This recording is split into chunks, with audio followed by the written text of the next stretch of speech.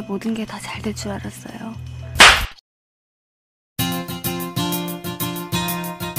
Yo yo yo, what's up sobat kabuters, balik nambah aku Mas Pai di channel Mas Pai 03 cuy. Gimana skapsnya cuy? Sans gak nih? Harus sans lah. Oke, di video kali ini Mas Pai akan merangkum alur cerita film Korea bergenre thriller komedi yang berjudul Alice in Earnestland.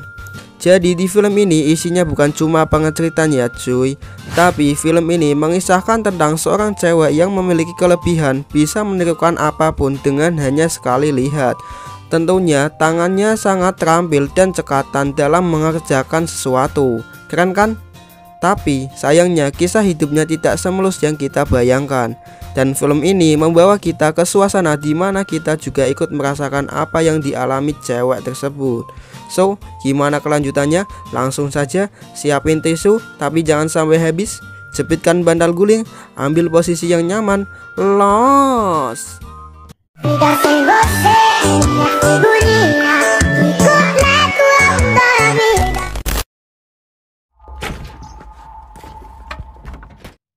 Film diawali dengan seorang ibu-ibu yang sudah terikat di kursi dan seorang cewek menggunakan jas merah. Nah, film ini akan berfokus pada cewek dengan jas merah tersebut yang bernama Sonam. Oke, sampai sini. Siapa sih Sonam? Dan kenapa ibu-ibu tersebut diikat? Sabar, nanti akan kejawab semuanya. Lanjut. Singkat cerita, si ibu-ibu ini bertanya kenapa dirinya diikat seperti ini.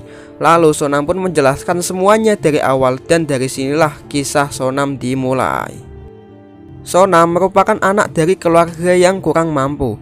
Sonam bilang ketika dirinya lulus SMP, ia bingung mau melanjutkan pendidikannya atau bekerja, dan akhirnya ia memutuskan untuk melanjutkan sekolahnya. Ketika SMA, Sonam merupakan anak yang cerdas. Bahkan baru kelas 10 saja ia sudah mendapatkan 13 piagam penghargaan. Ia bisa meniru apa yang dilakukan orang lain hanya dengan sekali lihat. Namun ia insecure dengan buah dadanya yang kecil. Ia ingin sekali memiliki buah dada kayak Kimi Hime. Wow. Setelah lulus sekolah, Sonam bekerja di suatu pabrik. Dan ketika Sonam sedang dimarahin bosnya, ia melihat buah dada bosnya segede semongko. Dan Sonam pun merasa punya dirinya tidak ada apa-apanya. Ketika sedang dimarahin, Sonam diperhatikan oleh seorang cowok misterius. Entah dari mana asal-usul cowok tersebut tidak diceritakan dalam film ini. Oke, lanjut. Akibat dimarahin tadi, Sonam pun meminum ciu untuk pertama kalinya. Singkat cerita, Sonam dilamar oleh cowok misterius tadi yang bernama Kyujung, dan Sonam pun melepas keperawanannya kepada cowok tersebut. Setelah selesai melakukan pengeceritan, mereka pun ngobrol. Namun ketika Sonam bertanya, jawaban si Kyujung malah tidak nyambung dengan pertanyaannya. Dari sini terungkap fakta bahwa suaminya bolot. Setelah mengetahui suaminya bolot, Sonam pun membawa ke rumah sakit. Di sana, dokter memberitahu bahwa Kyujung sudah kehilangan pendengarannya. Lalu, dokter menyarankan agar melakukan operasi. Namun, biaya operasi tersebut sangatlah mahal yang membuat Kyujung kesal. Kyujung tidak mau dioperasi sebelum dia membeli rumah. Tapi, Sonam menyuruh Kyujung untuk melakukan operasi dulu. Jika tidak mau, ia akan menceraikan Kyujung. Dan akhirnya Kyujung pun mau.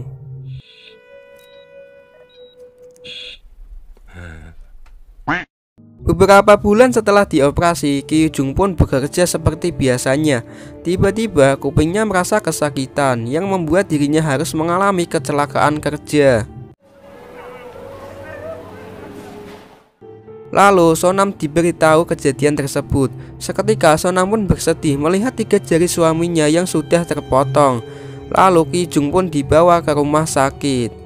Kasihan kali nasibmu bang, jarinya putus, kan gak bisa olahraga. Olahraga apa tuh? Hanya orang-orang gabut yang tahu. Dari kejadian tersebut, Kyujung sudah tidak bisa bekerja seperti semula lagi.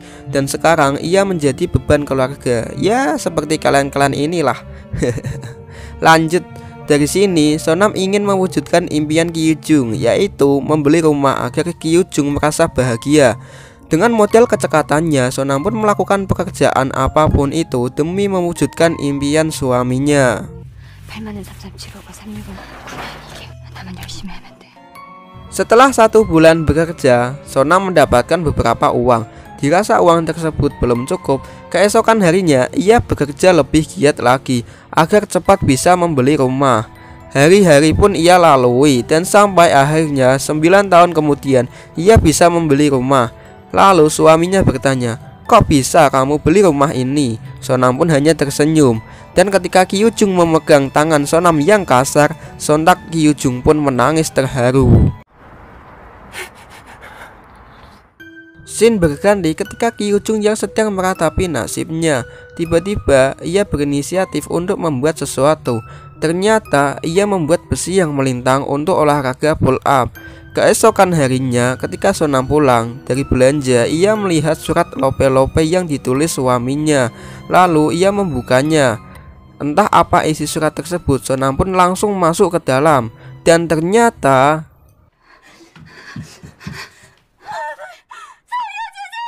si anjing kirain mau buat pull up, ternyata malah buat ngegantung. Sonam yang melihatnya langsung menolong suaminya agar tidak is dead. Scene diperlihatkan di mana Kyujung yang sudah berbaring di rumah sakit. Ternyata Kyujung terselamatkan, namun dirinya dalam keadaan koma. Karena biaya rumah sakit yang sangatlah mahal, dokter menyarankan untuk melakukan eutanasia. Eutanasia sendiri adalah tindakan dokter untuk mengakhiri hidup seseorang yang menderita secara fisik tanpa rasa sakit. Namun saking cintanya kepada suami, Sonam menolak saran dokter tersebut. Ia akan berusaha sekuat tenaga untuk membiayai dan merawat suaminya agar sembuh. Gila, salut banget Mas Pai sama cewek seperti ini. Tapi kalau di FTV Indosiar ya sudah ditinggal pasti. Di lain waktu ada sebuah seminar yang dipimpin oleh Kim Soo yang membahas tentang renovasi bangunan di daerah tersebut. Namun renovasi tersebut dimulai dari daerah yang dekat bukit dulu. Merasa tidak adil, ada ibu-ibu yang protes bernama Kyung Suk. Ia adalah orang yang terikat di awal video tadi. Tapi kenapa dia diikat? Nanti akan ketemu jawabannya. Oke, lanjut. Lalu Kyung Suk mengajak warga untuk keluar dari tempat tersebut. Kyung Suk yang ditemani rekannya yaitu Sersan Choi melakukan diskusi bersama warga untuk melakukan demo atas ketidakadilan tersebut.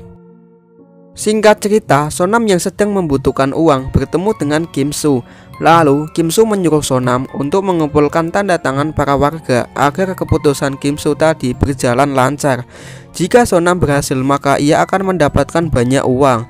Dan Sonam pun setuju akan kesepakatan tersebut. Ia meminta tanda tangan para warga satu persatu sampai akhirnya ia berada di depan rumah seseorang. Dan ternyata rumah tersebut milik penggerak demo yaitu Sersan Choi. Sonam yang tidak mengetahui siapa Sersan Choi dengan santainya ia memberikan kertas tanda tangan tersebut. Di situ Sersan Choi langsung merobek kertas tersebut dan ia juga sempat memukul Sonam. Gila, kasar kali ini bapak-bapak. Setelah itu, Sonam pun menangis melihat kertas tanda tangannya yang sudah kusut.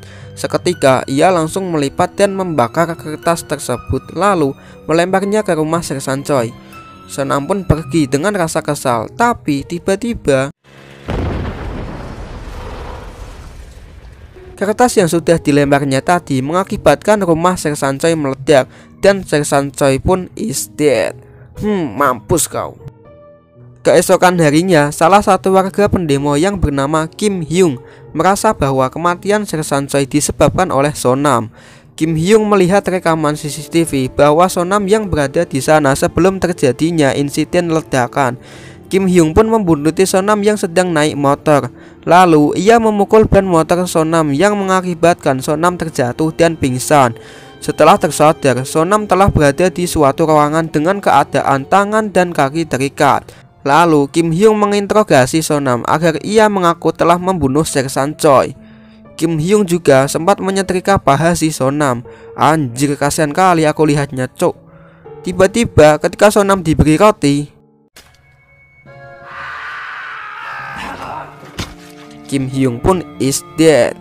Dari sinilah Sonam akan membunuh orang-orang yang sudah merusak hidupnya. Dan target berikutnya adalah ibu-ibu pemimpin demo tadi yaitu Kyung Soo. Singkat cerita, Sonam akan pergi ke tempat kerja Kyung Suk. Setelah masuk, ia langsung mengikat Kyung Suk di kursi. Oke, dari sini kita tahu alasan Sonam mengikat Kyung Suk, yaitu Kyung Suk merupakan salah satu orang yang telah merusak hidup Sonam. Sonam membunuh Kyung Suk dengan cara meracuninya. Setelah Kyung Suk is dead, polisi melakukan pengecekan lokasi dan otopsi mayat. Lalu polisi mencurigai seseorang, yaitu Sonam. Di malam hari, Sonam pun dihampiri 2 orang polisi. Di sana ia ditanyai banyak pertanyaan dan polisi tersebut menganggap bahwa Sonam telah berbohong atas semua jawabannya. Sonam yang lagi kesal malah ditambah lebih kesal lagi atas perilaku polisi tersebut. Dan akhirnya 2 polisi itu pun dibunuh. Gila, sadis sekali nih Sonam. Ya benar juga sih, orang jahat berasal dari orang baik yang tersakiti. Dan di akhir video kita diperlihatkan bahwa Sonam telah melunasi semua biaya rumah sakitnya dan ia pun pergi bersama suaminya naik motor.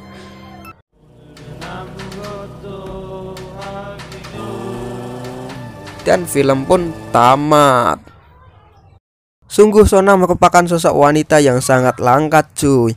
Ia masih bisa menerima suaminya dalam keadaan apapun. Dan si suaminya bangke emang, kirain mau pull up, malah bunuh diri dong. Jadi dari film ini mengajarkan kita tentang arti kesetiaan cuy. Oke, segitu dulu pembahasan dari Mas Pai. Jika kalian suka, jangan lupa di like, comment, and subscribe ya guys. See you in the next video. Bye bye.